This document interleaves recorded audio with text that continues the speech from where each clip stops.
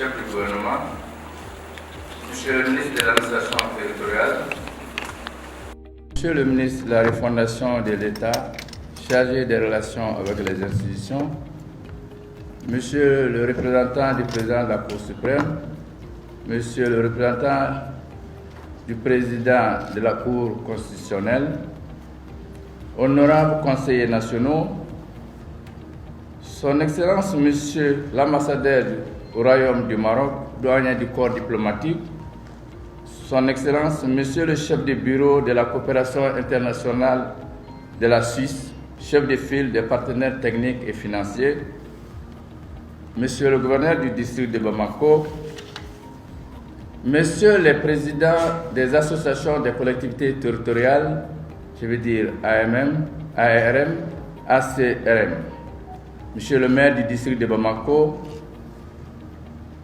Madame le maire de la commune 3 de Bamako, personnel du Haut Conseil des collectivités, distingués invités, Mesdames et Messieurs,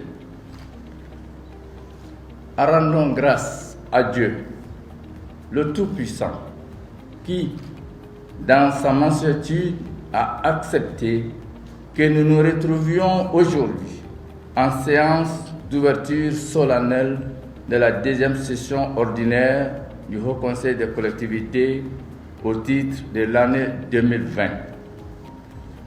Ce parterre, par la qualité des femmes et des hommes qu'il réunit et par l'objet, constitue une symbolique très marquante. Je vous en remercie très sincèrement.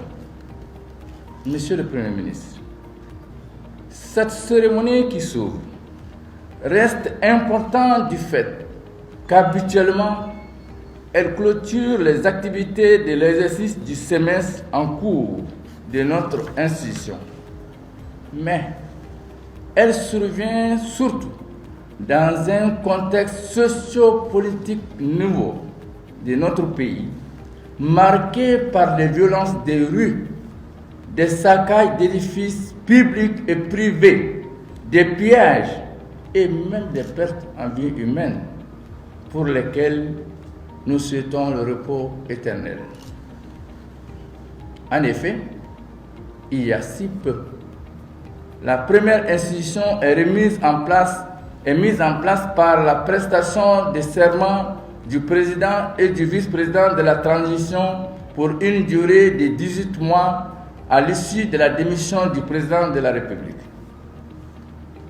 Nous saluons à cette occasion les nouvelles autorités du pays qui, à travers la charte de la transition, promulguée le 1er octobre 2020 par le décret 2020-072 PTRM, réaffirment leur attachement à un régime démocratique de bonne gouvernance, concrétisé par une gestion plus saine, plus juste et plus équitable, afin d'asseoir le développement souhaité par notre peuple.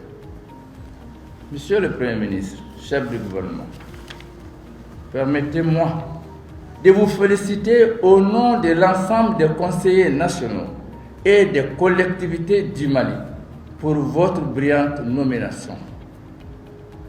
Ce choix représente pour l'ensemble de la nation une reconnaissance unanime de vos mérites personnels, lesquels s'apprécieront mieux à l'aune de l'enviable expérience des diplomates chevronnés que vous avez été tout au long de votre parcours, sans aucun calcul et sous différents régimes. Ces félicitations s'adressent également à l'ensemble des membres de votre gouvernement et à toutes les nouvelles autorités de la transition. Le Haut Conseil des collectivités du Mali, par ma voix, s'engage à vous accompagner pour une transition réussie et une gouvernance vertueuse. Monsieur le Premier ministre, chef du gouvernement, je me permets à ce niveau de magnifier la pertinence de la feuille de route de la transition dont vous vous engagez à en faire votre bréviaire. le lampion et la boussole quasi infaillibles pour éclairer le nébuleux et épineux chemin de l'indispensable redressement de notre pays. Il est tout aussi heureux de constater en ces jours que beaucoup de nos citoyens aspirent à l'avènement d'un nouveau Mali, appelé Mali Croix, c'est-à-dire un Mali débarrassé des tares multiformes qui freinent son élan. Ce changement nouveau exige de chaque Malien un sacrifice, celui de changer de mentalité et de comportement et de décider de donner au Mali une ultime chance.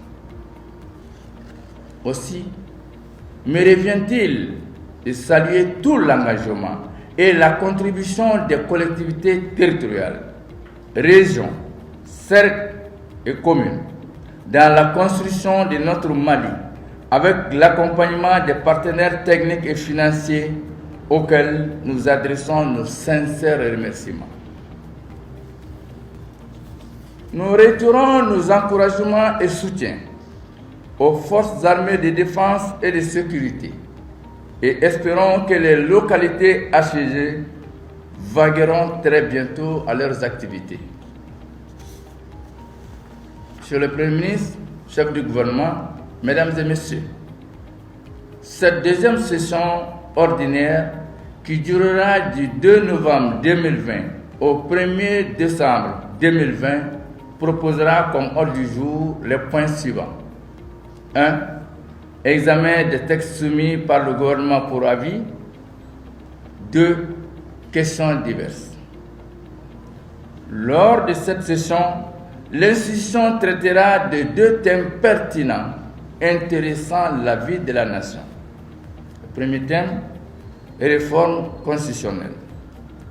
La réforme des institutions, j'en suis persuadé, leur conférera plus de légitimité et plus de rigueur pour conduire les bonnes missions au bénéfice de l'État et du peuple souverain.